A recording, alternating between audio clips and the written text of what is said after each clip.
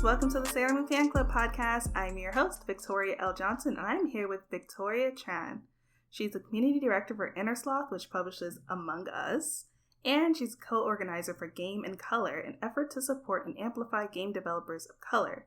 She also won the GamesIndustry.biz Community Manager of the Year award, which is super awesome. Hey, Victoria! Hello, thank you for having me on. Thank you for coming on. As I mentioned before we started recording, I'm always happy to speak to another Victoria. Yes, and we were talking about creating a Victoria Con to discuss whether or not Vicky with an I or a Y is the proper spelling. Yes, and I would have strong opinions, but we'll get into that. But much like Sailor Moon fans, I don't think I've ever met a Victoria I did not like. So I'm very happy to be here today. Same. I'm so excited to talk Sailor Moon. Yeah. So speaking of Sailor Moon, first question I ask everyone is, what's your first memory of watching Sailor Moon? I remember going to, it wasn't a Blockbuster. Was it a Blockbuster? I don't actually know how we obtained the show. But I do remember watching the show with my brother as a kid, and we would just like watch it like, you know, whenever we had free time, and it was kind of like we watched Power Rangers together and we watched Sailor Moon together, and we enjoyed both immensely. And I feel like I just kind of like merged them together somehow. So in my like childhood memory, I weirdly have like mixed memories of like Sailor Moon and Power Rangers, which I don't know. But yeah, it's just honestly just watching it as a kid on a sofa, like eating cereal, like that sort of thing. That's super cool for so many reasons, because Sailor Moon is like loosely based off of like the Japanese version of Power Rangers, I think. And I just like feel like that mashup would just be really cool. Like I want to see a Power Rangers and Sailor Moon like collab now, like a comic book. That'd be so cool. Yeah, for a while they were doing like a whole bunch of random like mashups of the Power Rangers, and I feel like this should be the next one. Oh yes, agreed. Free ideas for them.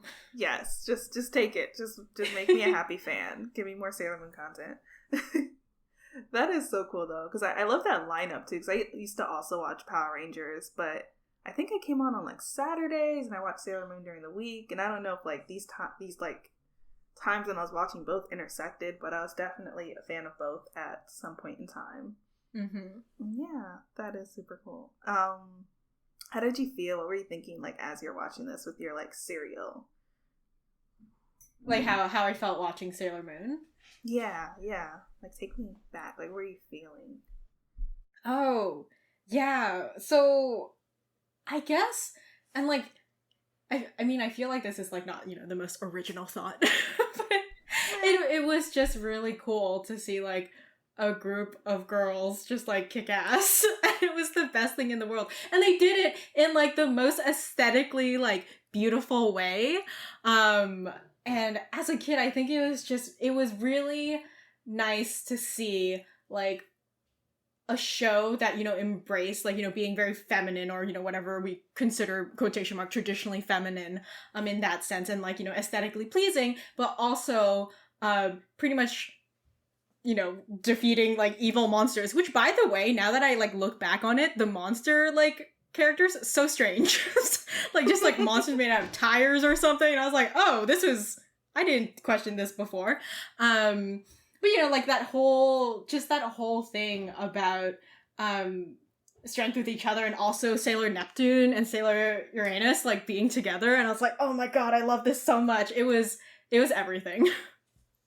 It really is, yeah. And I mean that answer comes up a few times, but I feel like even though like it's so rare even to this day that it's just so it's worth bringing up so many times, because you don't see it often, like a group of women and girls just like being badass and like looking good and just existing in that.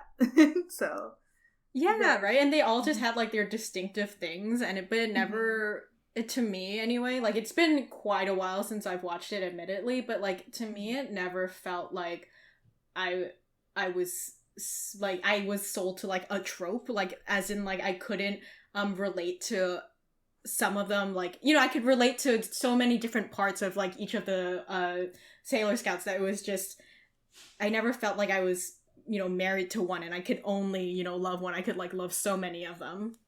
Yeah, that's the same with me. Like, yeah, there's some you can like borrow a little bit from each. And like you said, the monsters too were really outrageous. It's also something I didn't realize until like my most recent rewatch, I think last year, where I was just like, huh, these designs, I didn't realize it was following like I'm after a tire and I'm after like this other thing, and yeah, it's all very interesting how they did that.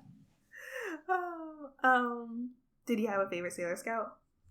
I did. I really loved Sailor Neptune the most as I was growing up, but like as I got older, like somehow I think because like I got into like my dark phase of my life and I was like Sailor Saturn. It's like all about Sailor Saturn. Yeah.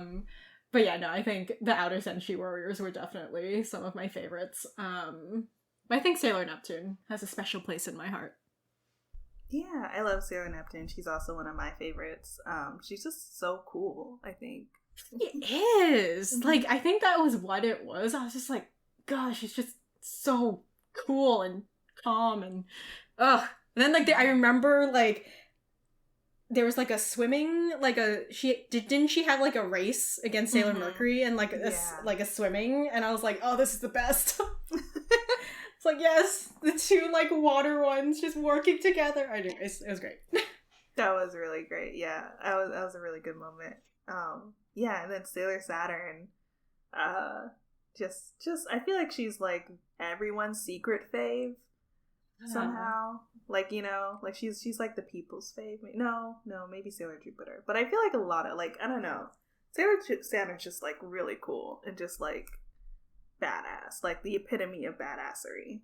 Yeah, there's just something about Sailor Saturn. Maybe it's like the sort of like inherent darkness to her that just makes her feel super interesting, and I don't know.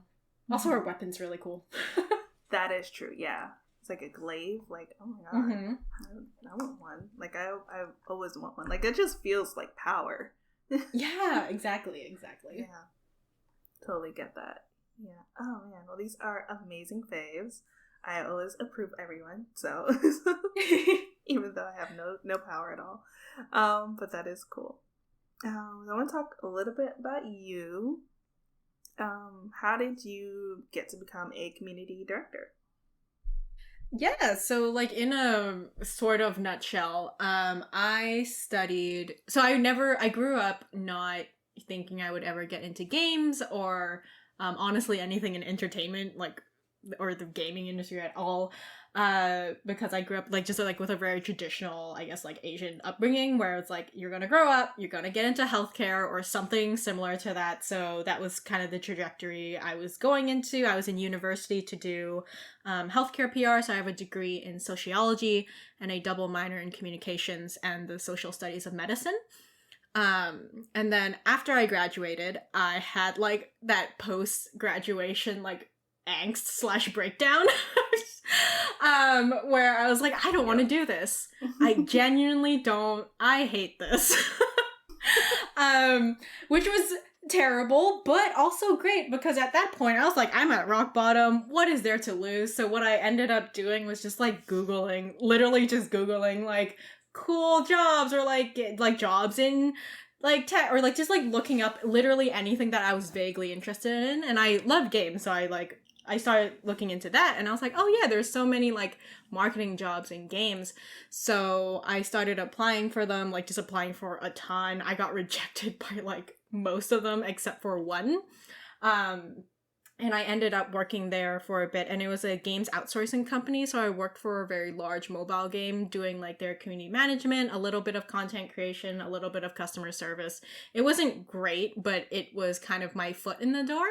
And then from then on Twitter, there's this indie studio called Kit Fox Games that was hiring a community manager, and I applied. I got the job, and I worked there for 4 years working on games like Boyfriend Dungeon, Moon Hunters, paparazzi Dwarf Fortress until finally, last year, the Inner Sloth people approached me and were like, hey, we need a community director for Among Us. Would you be interested? I was like, hello? Okay. And that's my little story. That is super cool. What was that? Was it Boyfriend Dungeon? I don't know what it's about, but I want to play it. Oh my gosh. Okay, so let me pitch that to you because it is a dating simulator dungeon crawler mashup. Comes out this year. Whoa. Yes. So your weapons turn into beautiful people that you can take out on dates, and that's how you like make them grow stronger. Instead of like, there's a traditional fighting monster to level them up, but you also take them on dates. I'm very excited for it. That is genius. I already have the Steam page up. Like, I'm about to like save this for later. Yes, yeah. I was the communications director there, and I was going to. That was like 4 years of my life, and I loved it so much. Oh my god. Well, I mean, with games like that, I could see. Now you're on Among Us, which is another huge game. Super cool. So had you been playing Among Us before you started, or how did that go about? Oh my god. So, so when Inner Sloth was talking to me about hiring me for Among Us, I literally like straight up told them, like, I have to be honest with you, your game stresses me out.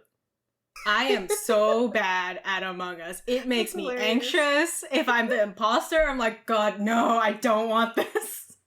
Oh my god. And it's become this like running joke in the team that I'm like a terrible imposter, as in like when we've played games together before, like for events or something, the way that they know I'm the imposter is that no one's dying because I get too nervous to kill anyone. They're like, well, it's been like a few rounds, only one person has died, it's probably Victoria, and they're usually right. So but yeah, no, I did play the game, and I think it's a lot of fun, but only when I'm crewmate. When I'm imposter, I like break down. That's so funny. Yeah. Oh gosh. Yeah, I can see how that game could be stressful. I actually still haven't played it, and I've been meaning to. I really just need to do it. And I finally, like, before I didn't have a phone that like I could use it with, and I tried to like play it somewhere else on my computer, and like wasn't working, but I'm gonna play it. I believe in you. You can do it. I will do it. But I thought it was really cool too that you got AOC to play.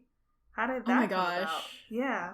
Yeah, so it's one of those things where people are like, oh my god, like, how did you do it? And honest to God, it wasn't us. It was literally like a AOC tweeting like, Among Us looks fun. Should I play it? And then us looking at Twitter going like, wait, what? Wait, you mean is there another Among Us? Right. So it was legitimately just I think, one of those things where I think so much of life, obviously, like, is based on luck, and there's like a lot of privilege involved in it. And the fact that I think that we have just blown up at the right time, and a lot of people were playing the game, and a lot of people were talking about it, and it is a game, like, obviously, that you can bring a lot of people together and talk and have fun discussions. I think it just kind of led to that, which was really cool. And I got to play a few games with AOC on the second time she streamed Among Us, and that was really fun. Yeah, I saw a bit of the video, and I thought it was pretty cool. And I was like, oh yeah, this was a thing that happened in the past year. Right. Oh yeah, that was just last year. Oh my goodness. Yeah. But super cool. I actually have a secret theory that she's a Sailor Moon fan. I guess it's not a secret anymore. I have a theory that she's a Sailor Moon fan. I haven't been able to confirm it, but like, I feel like she is. Who would be her favorite Sailor Scout then? That's a good question. I would say Sailor Mars probably. Ooh, I could see that. Yeah, especially since she wears a lot of red lipstick too. I feel like you're so right. There. Yeah, you're right. I think that's it. Or Sailor Jupiter. I could see her liking a Sailor Jupiter. A little bit. Yeah. But yeah, I just have a feeling, I'm like, she's in the right age group, she's all about like women empowerment. I'm like, I feel like there's a Sailor Moon fan in there. All right, next guest, AOC. Well, I'm trying. We'll see. So, Yeah. If she comes on the podcast, you guys heard it here first. I am trying. Other cool thing you do is you are a co-organizer for Game in Color. So can you tell me a little bit more about that? Yeah, so that's an organization, and it's like very grassroots. It's like nothing super official yet, but it's an organization I started with 3 others in the game development space in Montreal, and we basically created it because like there's a lot of great organizations in the US that, you know, support game developers of color, and we wanted one in Canada. So this one is a little bit more focused on the Canadian side, but obviously all around the world. That's also very great. And the tech space, and more specifically for us, the games industry space, is, you know, very much dominated by white people. And we found that like at events and sometimes like, you know, when we had frustrations or like even the representation in the games that we played or management and things like that, and hiring practices, that we didn't have a space where we could discuss this and feel, you know, understood and safe and like able to figure everything out. So having Game in Color be created to just be like a place where we could gather and talk and show each other like our prototype games and discuss frustrations was something that we very much needed, and that's why we created Game in Color, and it's been lovely so far. Yeah, I mean, it's sad that it's needed like pretty much everywhere, but Yeah. So happy that you guys are doing that because it's important. For sure. Yeah. I love too on your website it had like you practice like you want practical, sustainable, and kinder online communities, and then there was like you want kindness and technology to smooch, and I was like, that's hilarious. I was like, how do I describe this? And I'm like, I just want them to make out. Like, I just need like kindness and tech to just smack. And yeah, I think it's like one of those things where like, you know, tech was very new and we have very smart people like working their hardest to make sure that you stay on Twitter for as long as possible or you stay on Facebook for as long as possible, and it's all optimized, you know, to do all of that. And it's one of those things where I think where like my kind of sociology degree comes in, where it's like you need to pump in some sort of like humanity into the tech, or like see the ways in which tech can be used for more than just, you know, getting you to log on to Twitter several times a day, but like how can you actually help people, how can you actually, you know, because there's a lot of bias like encoded in tech, right? We saw that when Twitter had like, was it when you put like a picture of like a white person and a black person, the Twitter crop would automatically just focus on the white person. Like there's a lot of inherent biases in technology, and when we don't have people who are ethically minded or people whose job is to remember these things, then, you know, we get the kind of technology that doesn't help us and that kind of makes society worse. And that's one of the things that I like to focus on. I totally just went on a rant there. No, that was great. Yeah, I completely agree. Like, it would be nice to have a social media app that didn't like thrive on me spending all my time on it, which I guess makes sense in a way for them, but it's also like, what about my mental health? Yeah, right? Like, I feel like just as a society, we've like progressed without just needing to always be hooked onto like, you know, just having something engineered to just have us be on it. And like, why can we not have kind of two, like, you know, the best of both worlds of like, you know, really great technology and intuitive user experience, but also one that kind of keeps our human side in mind and, you know, wants the best for us and that sort of thing. Yeah, I don't know if you've heard of it, but there's a Black woman coming out with a social media app called Somewhere Good, and I don't know what it's going to be. I've signed up for all their emails because I'm like, I don't know what this is, but it looks cool, and which I do a lot, and I feel like it's going to be something like that, which I'm really excited about. Yes, that sounds amazing. Sorry, what is it called again? It's called Somewhere Good. Somewhere Good. Yeah. Good app. I'll send it to you too, and I'll link it below for anyone listening. Ooh, I forget they're there. But yeah, no, I completely agree. Also, all tangents are welcome here. and, Good. And you know, I guess yeah, everything's welcome. But yeah, I completely agree. As a Sailor Moon fan, kinder online communities is always welcome. Yes. Yeah. So I did promise I do want to talk about either your favorite bubble tea flavor or the best bubble tea flavor. And I don't know, that might be the same for you too. I don't know. Ooh. Mm-hmm. Okay, I'll go with my favorite because the best is subjective and I want... Yeah, it's fine. Okay, so my favorite is, if they have it, is this brown sugar Thai milk tea. That is my favorite. I usually get it from this place called Genjudan, which is amazing. But if they do not have, like, if I go to a random bubble tea place and they don't have it, then my usual order is like a roasted milk tea, with pudding, if they have pudding. Because I actually weirdly don't drink pearls that much. I like different toppings that aren't the tapioca pearls, so that's mine. I didn't even know there was pudding as an option. That sounds lovely. Sometimes some places have pudding, and I love the pudding. What's your usual or favorite bubble tea flavor? Mine is usually the mango tea, and I like to get the either the mango jelly or the what is it? Is it guava jelly? It's another. Sometimes I'll go with another jelly, but I can't remember which one it is right now. Ooh, that sounds delicious. Yeah, I love mango anything, so I'm just like, same. Mango, please. Yeah. Same. Mango is pretty great. Mm-hmm. Yeah. I feel like I always get judged because I'm like, yes, I'll have the mango jelly with the mango tea, with the mango thing. like no other flavors, but that's what I like. No, it's great, you know. Mango might be my favorite fruit flavor or fruit in general, I think. It's definitely very good. Yeah, it is. But this year, brown sugar makes me. I kind of really want to try that because that sounds amazing. Like it just sounds. Have you like had a brown sugar tea? I don't think so. Okay, you gotta. Okay, that's gonna be my other goal for this week. Perfect. I'm gonna get my brown sugar tea and play Among Us, and it's gonna be epic.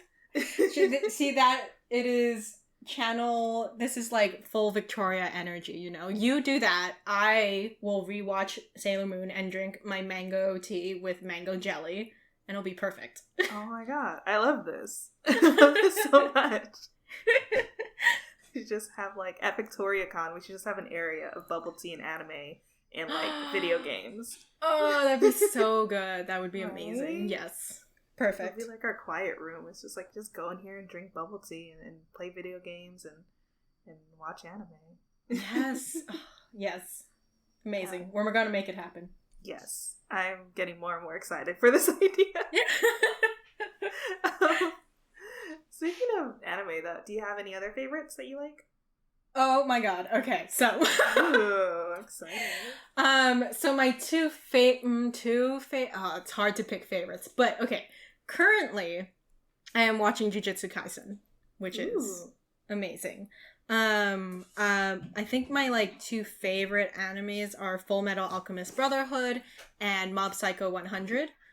But I have a very special place in my heart for like all shoujo anime, like all of that. It just feels so good. I don't know, to like read or watch. But yeah, those are my current faves, I would say. Yeah, I completely agree. I love Full Metal Alchemist Brotherhood is like a classic, just like amazing, amazing, amazing. I have not watched Mob Psycho yet, and everyone I tell that to is like, oh, go watch it right now. Yeah. Exactly. It's so good. It's so good. Yeah, especially because I loved One Punch Man, so people are like, what are you doing with your life? Go do that now. I'll add that to the list for this week, I guess. And, yep. Yeah.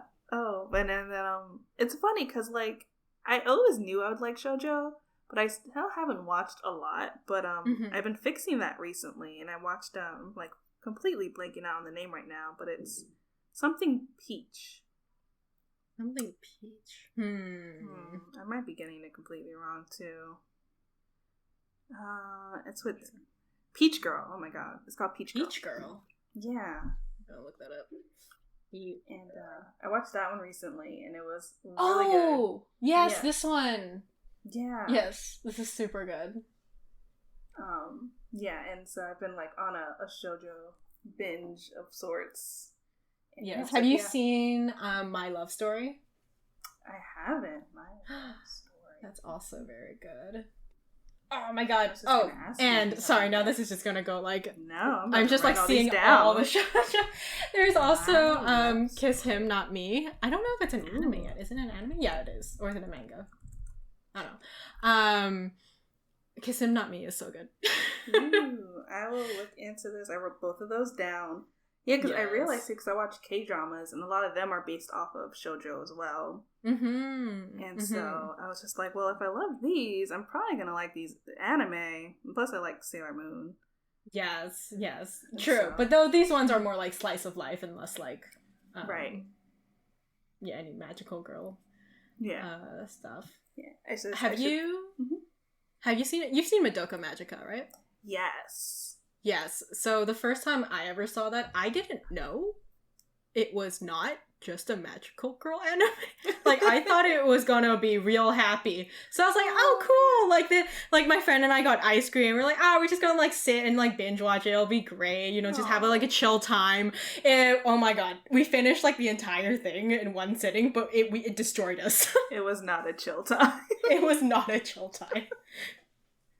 Yeah, I think I went into it knowing that people called it a dark magical girl series, and someone told me there was going to be a twist. Mm-hmm. But I did not see anything coming still somehow. I was still like devastated by the end of it. Right? Like I was like, there's no way. Spoiler? Question mark? I think you're good. It's been out for a while. Yeah, it's been out for a while. Yeah. It's just like there's no, I mean, I'll still be vague about it, but like there's no way characters actually die. Like there's no way this character is actually dead. I thought she was just gonna come back to life in the next episode or something. Like they'd be like, oh, like you thought, but no, she was dead. I was like, oh, okay. So oh no. Dying? Is that where Right? I was like, but they're not supposed to die in magical girl animes. Right. I thought this was happy. Especially when you get introduced to the main character. I'm like, oh, she's so cute and just like happy, and you see her companion and it's like, oh, he's adorable. And then it's just nothing. Nothing was right. It was nice. Yeah. It all went horribly wrong. All went horribly wrong, exactly. Oh man. Yeah. Yeah, that show's great too. That's another thing I've been trying to get into is because there's a bunch of like magical girl shows and manga that are like deconstructing the genre or even like just like taking a twist on it. Another manga I was reading for a bit that I kind of stopped. I need to get back to is Magical Girl Spec-Ops. Oh, I haven't seen that. Yeah, actually they did make an anime out of it later on. And it's like if magical girls were like a faction of the military. It's kind of interesting, yeah. Oh, this is super okay. Adding it to my list. Yeah. It's pretty good. Like, I read the first few chapters and was like really hooked on it. Then I caught up and then fell off, and now I need to catch up again. But yeah. So good. Oh, cool. But yeah, I've just been really loving to see like the different ways people are interpreting magical girls and like what they can be and like what genres they can like overlap, and it's really cool. Yeah. Good. I think kind of brings me to my next question. Maybe not. But which Sailor Scout do you think would make a good human or a good imposter? I think a good imposter would be Sailor Mercury. But just, you know, she's so smart. She's just so smart. But also, you know, could be Sailor Neptune because she's so chill and calm and cool and collected. It's like, there's no way. She's just so put together. But also maybe that's... Anyways, as for who would be a good crewmate, I feel like... No, I don't know. I feel like... So I think... Because who would be a good crewmate? Because I'm trying to think, like, who would keep... Oh, Sailor Venus. Ooh, that's a good one. Yeah, she would do all the tasks. You know, she's well, you know, she's generally well liked. She would probably be able to convince people that it wasn't her. I think so. Yeah. I think you're right. Because even though I think Sailor Moon's good at video games, she's not discreet enough to be either. Yeah. She's too clumsy. Yeah.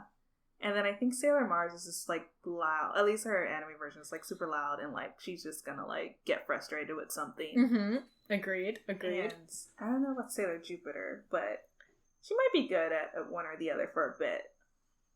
But yeah, I think you hit the nail on the head, though. I think you got it. It makes all the sense. I would love to see Sailor Mercury as an imposter, because I think she would kill it. Right? No pun intended. Oh man, that is awesome. And what else do you stand? Like, we talked a lot about, like, anime and, like, you know, I guess, yeah, and bubble tea, but what else do you like? You know, not just your nerd self. Just my nerd self, not just my... You mean there's more to life than just my hobby? My work being my hobby and my hobby being my work? It's hard to believe. Sometimes I wonder there's a world outside of this. Yeah. Oh my gosh, I know, right? I'm trying to think. So I'm not actually, like, super into, like, TV shows or movies, even though I know a lot of people are, but I'm very into YouTube. Yeah. Like, I watch a lot of, like, commentary channels, a lot of, like, educational channels, a lot of lifestyle, beauty, vlogger, I guess, channels. I'm not sure if that counts as, like, a... It does. Like a thing. Yeah, I don't know. It's just, like, I think because my life is so deeply tied, like, my hobbies are so deeply tied to my work that I try to find things that are just completely, like, outside of that. Well, not like that, you know, lifestyle or beauty is completely outside of games, but that, you know, they're not usually talking about games, so I don't usually have to be like, oh no, accidental gaming content. Yeah. And yeah, and also, I guess I like baking. That is one thing I do that I do like to do. Yeah, because you just get, like, it's like alchemy. You just, like, suddenly you had, like, a pile of flour and now it's a cake. That feels kind of scary after we talked about Full Metal Alchemist, but yes, well, I mean, but yes, totally agree. Just don't try to revive anyone with your baking skills and you're fine. Right. Step 1, do not try to revive anyone. Step 2, grab the flour. Yeah. Yes, exactly. Very important first step. So yeah, so I guess those are, like, things that I enjoy doing, or consuming in terms of, like, content. Yeah, I think I find not YouTuber culture, but influencer culture fascinating. It terrifies me, but it's fascinating to me. So I like to kind of, I guess it's also sort of work, because, like, I work in communities and, like, social media and, like, marketing and that whole kind of thing, so it's a little bit work related, but also I find I have a lot of interest in, like, the ways people present themselves online and the way they talk and the kind of content they share, so it's very interesting to me. Yeah. And yeah, I think all of that definitely counts. I realized the one thing, I think I can count it as a hobby now, is I've been, like, addicted to van life YouTube videos, like, people who live in their vans and, like, how they, like, renovate them, and just, like, they look really cool, and they just have, like, RVs really and stuff. Yeah. Oh. Yeah. I didn't even know that existed, but that makes so much sense. Yeah, it just, I fell down a rabbit hole one day, and I'm just here now. That's where I live. Dang, okay. I feel like I need to get into that now. Yeah, I'll drop some links below, and I'll also send you the 2 I follow, who I think are very entertaining. Yes. Yes. Yeah, they're both really cool. Yeah, well, thank you. Yeah, I just, you know, I always ask that question just to, you know, really step outside of the nerd stuff. Talk about Beyonce or YouTube or... Oh my god. I mean, look, we could also talk about Beyonce. We can always talk about Beyonce.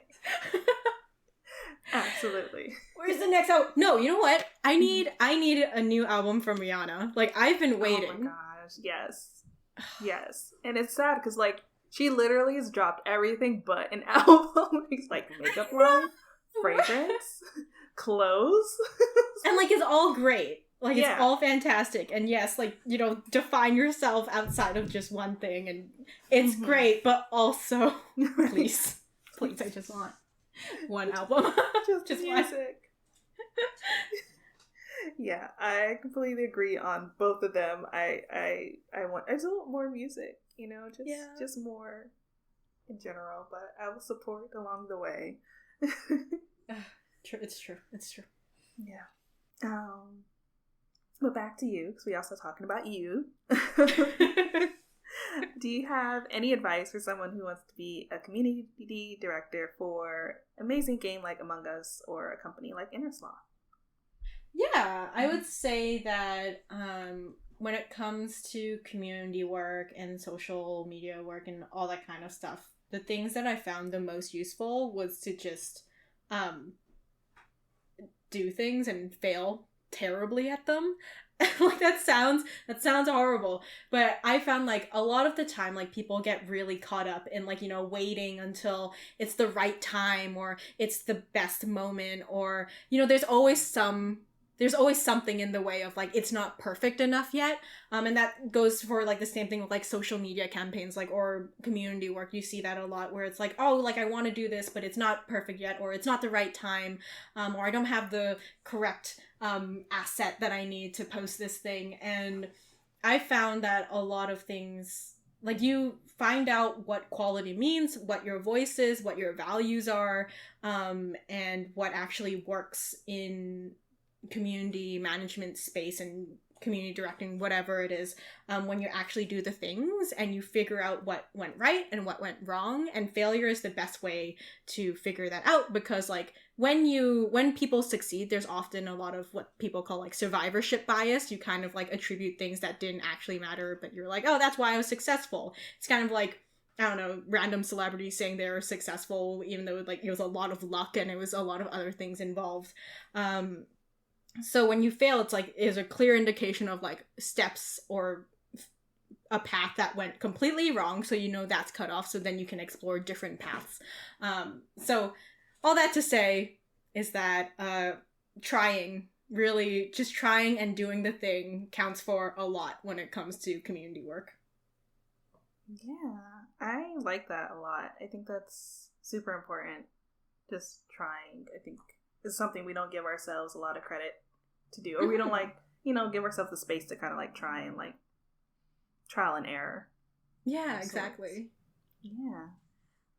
And then, just like Sailor Moon had the Sailor Moon says phrase at the end of every episode, what would your phrase be? So Sailor Victoria says. Oh my god, this is hard. Oh wait, no, is that what I'm saying? It's like, oh my god, this is hard.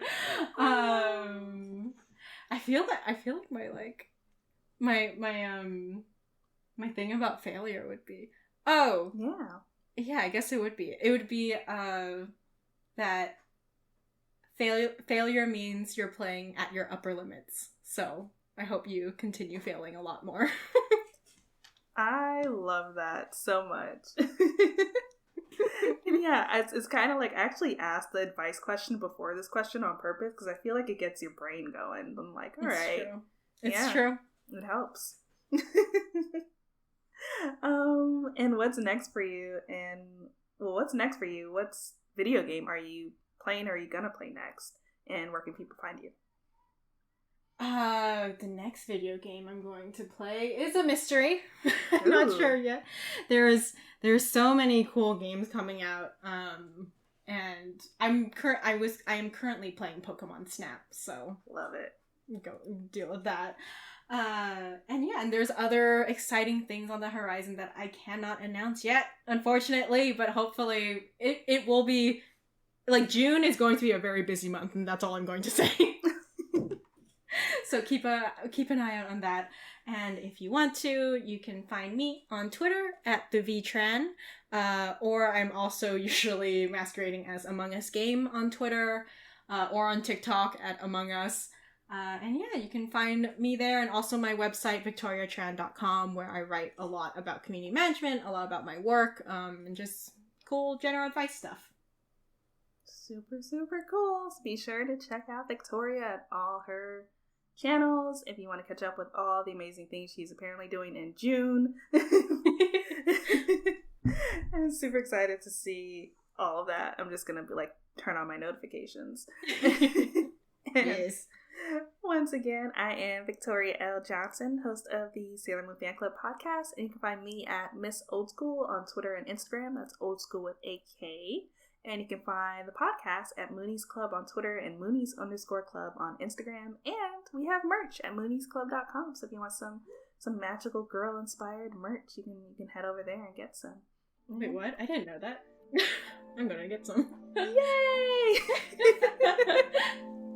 Mooniesclub.com. But yeah. Thank you, Victoria, for coming on the show. It was a pleasure. Thank you so much for having me. I had a lot of fun. Bye, Moonies.